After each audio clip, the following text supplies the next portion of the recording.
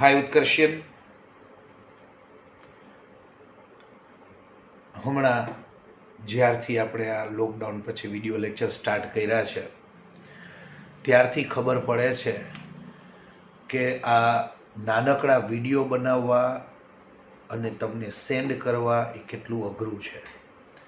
તો તમે લોકો જેનાથી ઇમ્પ્રેસ્ડ હશો, સપોઝ અમિતાભ બચ્ચન કે હુસો એવર, જે પણ નવા નવા હીરો લોગોથી, વરુણ ધવન કે પેલા જેકી શ્રોફભાઈના સન ટાઈગરભાઈ શ્રોફ, કે કોઈ હિરોઈનથી ઇમ્પ્રેસ છો, કે તમે જેના ફેન હો, તમે જેના ફેન ફોલોઈંગ ક્લબમાં તમે આવતા હો, તો એ લોકો કેટલું હાર્ડવર્ક કરતા હશે એ પણ એક વિચારજો. જ્યારે આપણે તો મમ્મીને પાણી માગીએ તો મમ્મી દૂધનો ગ્લાસ લઈને આવે, સરને 1 ન્યુમેરિકલ કરાવવાનું કહે તો 5 ન્યુમેરિકલ કરાવે, પપ્પાને 1 વસ્તુ લઈ આવવાનું કહે તો 10 વસ્તુ લઈ આવે. તો ખાલી જસ્ટ 24/7 માંથી ઊંઘવાના કલાકો સિવાય દિલથી ભણવાનું છે, રાઈટ? અને જે કામ દિલથી કરીએ ને એનું આઉટપુટ બેસ્ટ જ હોય. અને ભગવાને ગીતામાં કીધું છે, કર્મણી એવાધિકારસ્તે મા ફલેષુ કદાચન. ખાલી દિલથી કામ કરશો ને તો એ જે સેટિસ્ફેક્શન મળશે ને, જે મને અત્યારે નાવેડેઝ મળી રહ્યું છે, તોય મજા આવશે, right? So let's again discuss, carry forward the photon theory, right? According to Max Planck, તમને બધાને ખબર છે કે according to Max Planck, light is made up of a photon. Energy of photon is h nu. આપણને ખબર છે energy of one photon is h nu.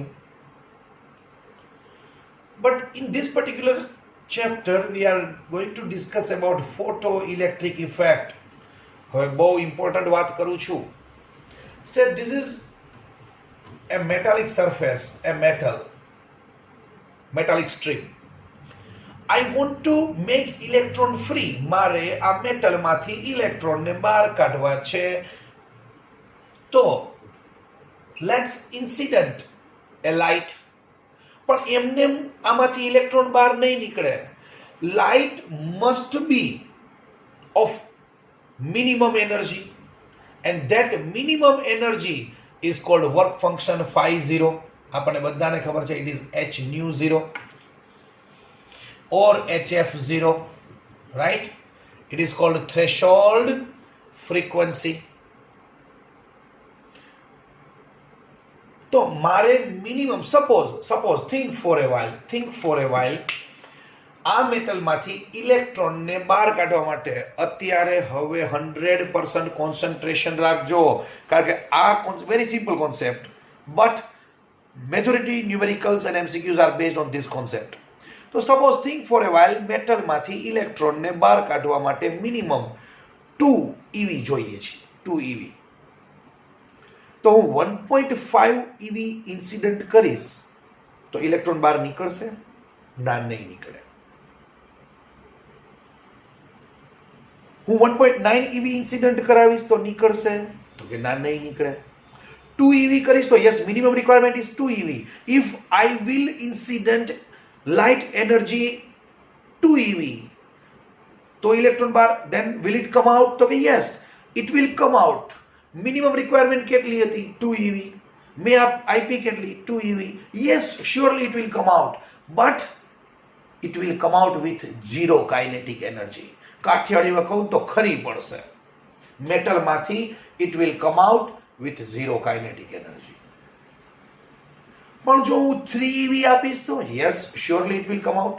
If I will give it 5 EV, then yes, it will surely come out. તો minimum requirement તો કેટલી છે? 2 EV.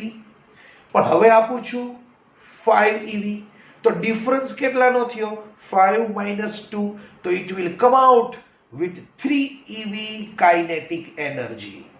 ફરીથી એકવાર, minimum requirement 2 EV, આપું છું 2 EV, તો 2 - 2 0. બહાર આવશે ઇલેક્ટ્રોન મેટલમાંથી, પણ એનામાં કઈ કાઇનેટિક એનર્જી હશે નહીં. It will come out with 0 kinetic energy, we can say. But instead of 2 EV એની રિક્વાયરમેન્ટ તો બિચારાની 2 જ છે, 2 જ ભાખરી ખાવી છે, પણ 5 ભાખરી આપું છું, 5 EV. તો યસ, લેસે 2 બહાર નીકળવા માટે, વૈધી કેટલી? 3 EV. It will come out with 3 EV kinetic energy. Clear? So here suppose this is the metal having work function, that is minimum requirement 50.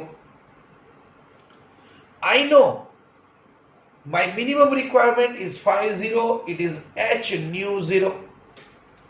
So whatever light which we are imparting on this metal, it must have sufficiently high frequency. It means nu must be greater than nu 0. મારી minimum H તો constant છે, H is constant. મારી minimum requirement 50 છે, તો મારે nu 0 frequency વાળી light જોશે. તો કે ભાઈ nu 0 હશે તોય હાલશે, અને એના કરતા વધારે ફ્રીક્વન્સી વાળી લાઇટ ઇન્સિડન્ટ કરાવીશ તો electron will surely come out, right? These electrons are known as, આપણને ખબર છે, photoelectrons, and this emission is known as photoelectric emission. This effect is known as photoelectric effect. So what I want to learn actually, condition for photoelectric effect to take place. Very, very important for MCQs and for solving numericals.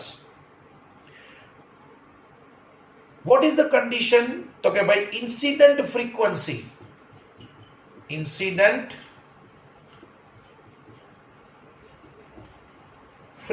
nu must be કાં તો greater or minimum requirement જેટલું, greater than equal to nu 0. તો એનો meaning એવો થાય, if I multiply both sides by H, multiplying both sides, H nu, that is energy of photon, must be greater than H nu 0. Can I? But what is H nu 0? It is work function minimum requirement. So H nu must be greater than 5 or equal to 50. તો કે આ condition થઈ. What does it mean? કે તમે H nu એટલે energy of photon, energy of incident photon, energy of incident photon. તમે જે photon ભટકાળો છો, લાઇટનો પાર્ટિકલ, એની એનર્જી મિનિમમ રિક્વાયરમેન્ટ જેટલી અથવા એના કરતા વધારે હોવી જોઈએ, એવું કહેવા માંગે છે. H nu must be greater than equal to 50, work function, right? અને આમાંય લખાય, it is C by lambda must be greater than equal to C by lambda 0. It is cancel. So 1 upon lambda greater than equal to lambda 0. If I take greater than or equal to 1 upon lambda 0. If I take reciprocal, then it reverses. આ ઊંધું થઈ જશે. તો lambda must be less than equal to lambda 0, right? This is again one of the condition for photoelectric effect to take place. Very, very important. For photoelectric effect to take place, nu must be greater than nu 0. Nu 0 is called threshold frequency. આપણને ખબર છે, it is called threshold wavelength. Threshold frequency is the minimum wavelength. Threshold frequency is the minimum frequency and threshold wavelength is the maximum wavelength. Mind well.